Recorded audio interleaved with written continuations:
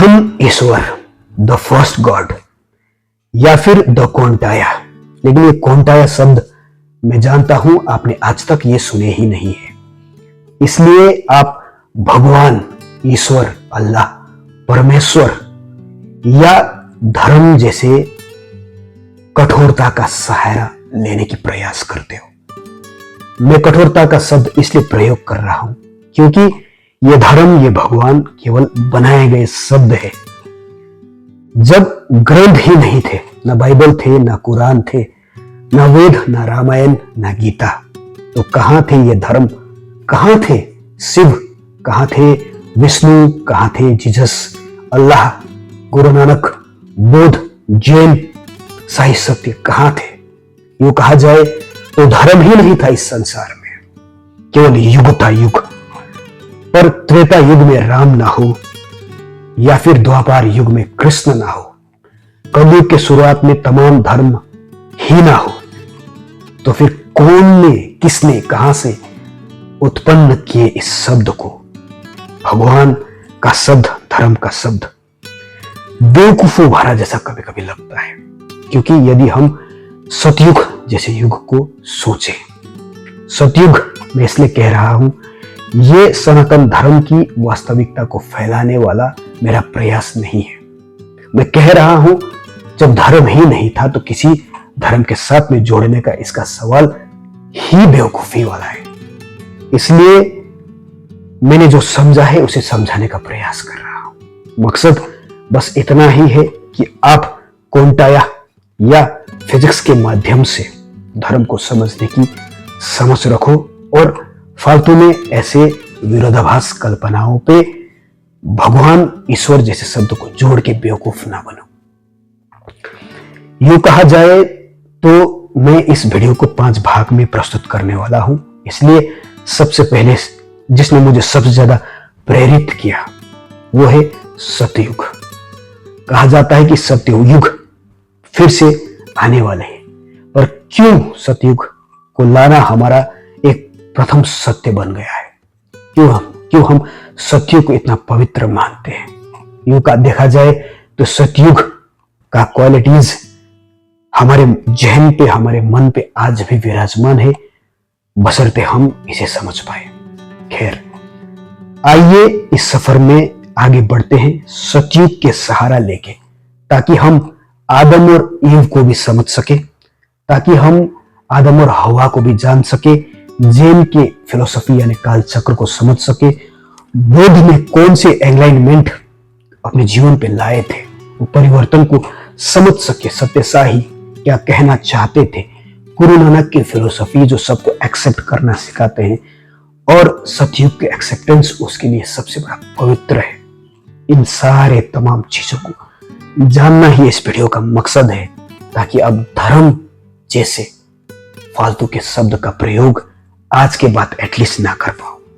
इसलिए प्रथम ईश्वर, the first God को जानना भी जरूरी है। वीडियो के अंत तक आप ये समझ जाएंगे कि वास्तविकता में प्रारंभ क्या होता है। खैर, मैं इसे आपको ब्रह्म की चेतना के साथ समझाने का प्रयत्न करूंगा, क्योंकि इस एक बेस का जानना जरूरी है। इसलिए मैं इस ब्रह्म की चेतना को एक बेस के आधार पे मान रहा हूं, इसे क्वांटम लेवल की स्थिति को समझाने का प्रयास कर रहा हूं। ब्रह्म की चेतना यानी कि एक ऐसा युग, सतयुग, जहां पे मनुष्य ही नहीं थे, और मनुष्य यदि थे भी तो एक कॉन्शियस, एक चेतना के लेवल पे, एक सिर्फ थिंक के लेवल पे, एक सोच के लेवल पे। इसलिए हम इसे ब्रह्म के 4 पुत्र कह सकते हैं, पर पुत्र इंसान के रूप में नहीं, चेतना, सबकॉन्शियस, इंटेलेक्चुअल्स के रूप में। आइए समझते हैं। चेतना अर्थात सबकॉन्शियस लेवल, यानी कि किसी के सबकॉन्शियस लेवल की एक स्थिति जहां हम सबसे पहले किसी चीज के बारे में सोचते हैं। सोचना यानी कि ऑब्जर्व करना, किसी चीज को हमने देखा और देख लिया, यानी कि ये स्त्री है, ये पुरुष है, ये फल है, ये वस्तु है, ये जानवर है।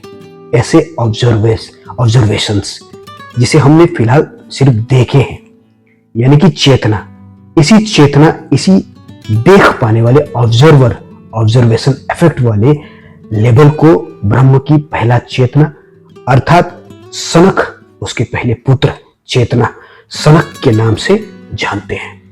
और उसके बाद जो हमने देखा, यानी कि वो फल है, वस्तु है, व्यक्ति है, उसके बाद हमने उसे समझा कि ये है, लेकिन हमने उसे देखा और कोई रिएक्शंस नहीं किया, बल्कि सिर्फ ये मान लिया कि ये चीज ये है। जैसे क्वांटम फिजिक्स कहता है कि सुपरपोजिशंस, यानी कि पहले वो कुछ था, ये समझ में आया, और उसके बाद ये चीज अलग अलग भी है, जैसे फल है, वस्तु है, ये सारे चीजें को एक सुपरपोजिशंस ऑब्जर्वेशंस कहते हैं। और ब्रह्म की चेतना, यानी कि ब्रह्म की सोच का दूसरा स्वरूप सनानंत इसे हम जानते हैं। और उसके बाद आता है सनातन का सोच, यानी ब्रह्म की तीसरी सोच, तीसरा पुत्र सनातन। इसका अर्थ होता है कि जैसे हमने थोड़ा बाहर की दुनिया भी देखे, आकाश देखा, धरती, जल, वायु सब समझ लिए, ब्रह्मांड को देखा, और जैसे ही ब्रह्मांड को देखा तो एक भावनाएं उत्पन्न हुए कि ये फल फूल और सिर्फ देखने की चेतना के अलावा कुछ और भी इस संसार में है, यानी कि यूनिवर्सिटीज है। इसे हम एनलाइटमेंट कह सकते हैं, यानी कि क्वांटम फिजिक्स का ऐसा लेवल जहां हमने ब्रह्मांड के बारे में सोचना शुरू कर दिया। ब्रह्मांड यानी संपूर्णतः, या फिर पहली बार जिसने किसी चीज को देखा, समझा और उसके बाद समझने का प्रयास किया, यानी कि मैं की खोज भी आप इसे बोल सकते हो, यानी कि समझने का प्रयास, एनलाइटमेंट क्वांटम फिजिक्स इसे कहते हैं। और चेतना में इसे सनातन, हिंदू धर्म भी इसी सनातन बेस पे टिका हुआ है, यानी कि आत्म खोज। खैर, इस बारे में हम बाद में चर्चा करेंगे। और इसके बाद में आता है क्वांटम ट्यूनलिंग। क्वांटम ट्यूनलिंग अर्थात उपस्थिति, यानी कि अंत में जब संत कुमार चेतना उत्पन्न हुए ब्रह्म की सोच से, जिसे हम संत कुमार कहते हैं, फिजिक्स में हम इसे क्वांटम ट्यूनलिंग्स कह सकते हैं, जिसका अर्थ है कि अब सारे चीजों को समझने के बाद, जैसे कि ऑब्जर्वर ने देखा, सुपरपोजिशन लेवल ने समझा कि ये वो चीज है, क्वांटम एनलाइटमेंट ने समझा कि ब्रह्मांड है, शुरुआत हो गया मैं की खोज, और उसके बाद सबकॉन्शियस लेवल में जन्म लेता है कुछ स्थिति, कुछ स्थिरता, कुछ कंपल्सन्स, स्पीड, मोशंस, यानी कि क्वांटम फिजिक्स कहते हैं कि डिफरेंस एंगल या क्वांटम ट्यूनलिंग्स कहीं कहीं भाग, और उस भाग को ही हम आध्यात्मिकता में क्रोध या ईगो का उत्पन्न होना या एक भय का जन्म होना मान सकते हैं। और वहीं से शुरुआत होता है दूसरा युग का, जिसे हम त्रेता युग कहते हैं, क्योंकि ये ईगोस का थोड़ा बढ़ जाना, ये सारे क्रोध या भय का थोड़ा बढ़ जाना, और उसे समाप्त करने के लिए उस युग का शुरुआत होना, और उस युग में राम की उत्पत्ति होना, वहीं से ही कि राम नाम उत्पन्न होते हैं। पर बात आज सतयुग का चल रहा है, तो हम स्क्रिप्चर्स की बातें नहीं करते हैं, राम या भगवान या किसी स्क्रिप्चर्स की बातें नहीं करते हैं। बात यहां हो रहा है सबकॉन्शियस लेवल की, जहां अब इंसान भी नहीं हुआ, तो ये बाकी युग और बाकी धर्म स्क्रिप्चर्स का बातें करना भी बेवकूफी है। इसलिए आइए पहले समझते हैं इस युग को, यानी कि सतयुग को। अब सतयुग के पहले चरण में आपको एटलीस्ट ये समझ में आ चुका है कि उस वक्त कुछ था नहीं, और जो था वो चेतना के फॉर्म पे था, यानी कि इंसान भी नहीं थे, और चेतना में भी एक कसमकस थे, जैसे कि संत कुमार और सनक के बीच की आपसी मेल, यानी कि ऑब्जर्वर, सुपरपोजिशंस, एनलाइटमेंट और क्वांटम ट्यूनलिंग। इस चार स्थिति को ही हमने किसी आधार पे चेतना कहा। अब उस चेतना को ही अगर इंसान के तौर पे हम सोचे, तो हम सतयुग में उस चेतना को इंसान मान सकते हैं, क्योंकि उस वक्त कोई इंसान था ही नहीं। और सबसे पहले जो इंसान बना अंत में किसी चीज को अस्तित्व में लाना था। तो किसी कारणवश ब्रह्मा जी को ऐसा लगा कि मेरे सोच जिसमें 4 ऑलरेडी पुत्र चेतना के नाम पे उत्पन्न हो चुके हैं, तो उसको स्वरूप देना भी एक हक में होता है, ताकि प्रकृति बनाए जा सके, इंसान पनप सके। इसलिए उन्होंने सबसे पहले 2 इंसान स्वरूप को प्रकृति में, संसार में लाए, जिसे हम मुनि और ऋषभ कहते हैं। मुनि और ऋषभ। इस मुनि और ऋषभ को हम दूसरे धर्म के आधार पे अगर सोचे, माने, जो लिखा तो नहीं है पर किसी एंगल में सोच ले, तो हम इसे आदम और ईव, आदम और हवा, या काल चक्र, या एक बोध ज्ञान समझ सकते हैं। इसका जिक्र बाकी ग्रंथों पे नहीं हुआ, फिर भी हम इसे मान के चल सकते हैं, ताकि धर्म की कनेक्टिविटी भी हम समझ जाए आने वाले चैप्टर्स में। वैसे बात धर्म की तो नहीं हो रहा, पर एक कनेक्टिविटी में आपको समझाने की कोशिश कर रहा हूं, ताकि एक बेस बन सके। खैर, इस मुनि और ऋषभ का जन्म जब ब्रह्मा ने चेतना से इंसान के स्वरूप में किए, तो इन दोनों के स्वरूप भी अलग अलग प्रस्तुत हुए। हालांकि ये दोनों ही ब्रह्म की चेतना से ही उत्पन्न हुए थे, और ऐसा मानना है, क्वांटम लेवल का भी ये थ्योरी है कि ये होके भी नहीं होता, और नहीं होके भी होता है धर्म का जैसा। ना धर्म को किसी ने देखा है, लोग फिर भी मानते हैं। इसकी कनेक्टिविटी आप आहिस्ते आहिस्ते समझते जाओगे। इसलिए यहाँ मुनि और ऋषभ की फिलॉसफी को जानना भी जरूरी है।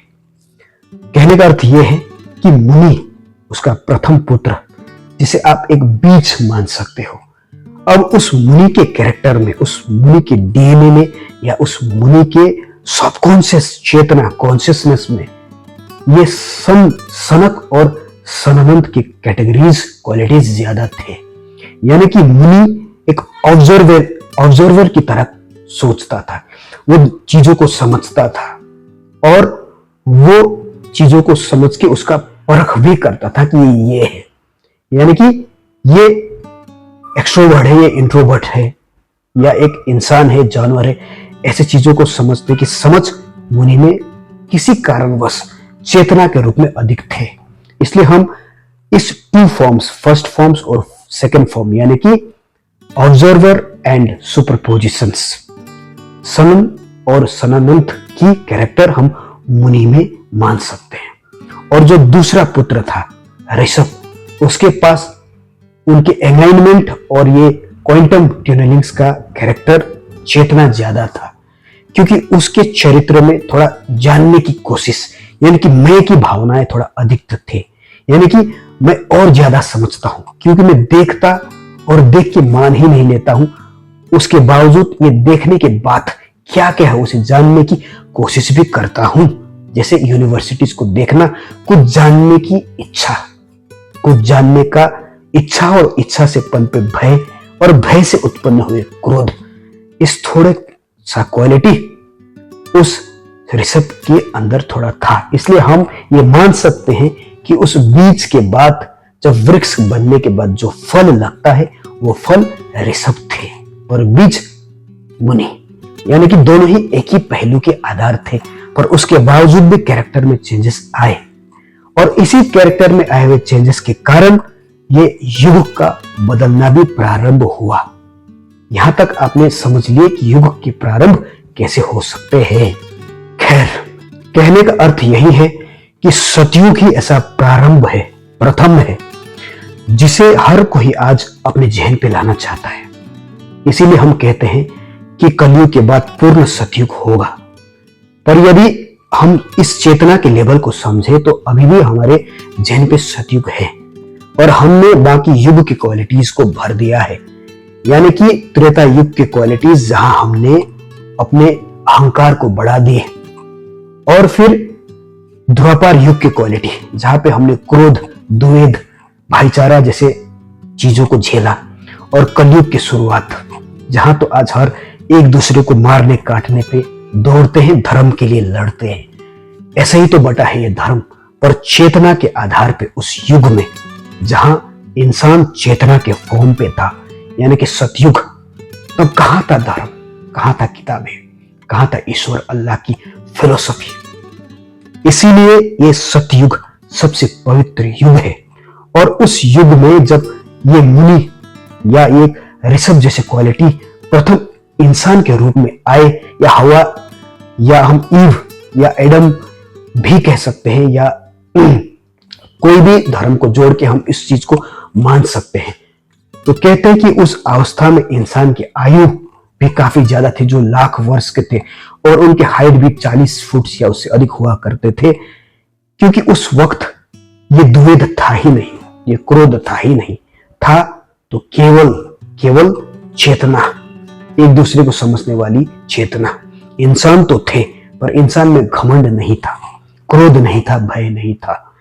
किसी कारण में, किसी फिलोसफी में अगर हम आदम और हवा को भी जोड़े तो हम कह सकते हैं, क्योंकि फल खाने के बाद ही, या आदम और ईव को भी हम वो समझ सकते हैं, क्योंकि फल खाने के बाद ही वो सब फालतूगिरी उत्पन्न हुई, यानी कि क्रोध, लालच, ये उत्पन्न हुए, ऐसा दूसरे ग्रंथों में लिखा गया है, यानी कि बाइबल और कुरान में ऐसे बताते हैं। और बुद्ध की ज्ञान की जो खोज था बुद्धित्व का, वो भी इसी पहलू को दर्शाते हैं। इसे हम थोड़ा बाद में समझेंगे। जैन के कालचक्र भी ऐसे ही रिलेट है।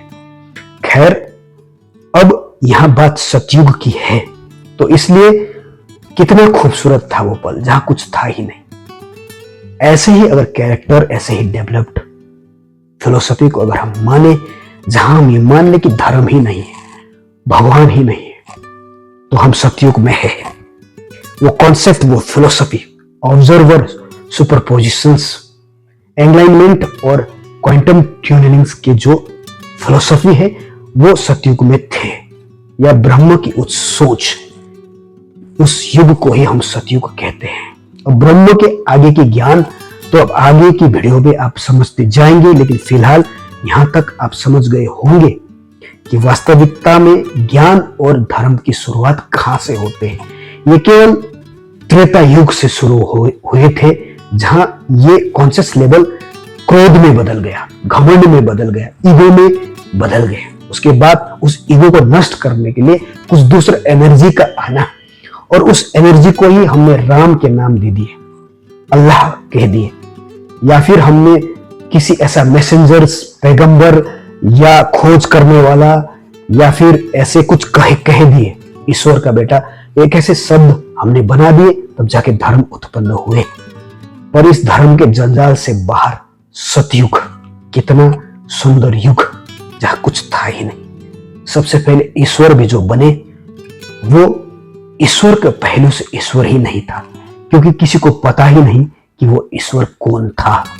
अब ये ईश्वर कौन था, यानी कि प्रथम ईश्वर, द फर्स्ट गॉड, या कौंटाया, इस चैप्टर्स के आखिरी अध्याय में आपको समझ में आएगा।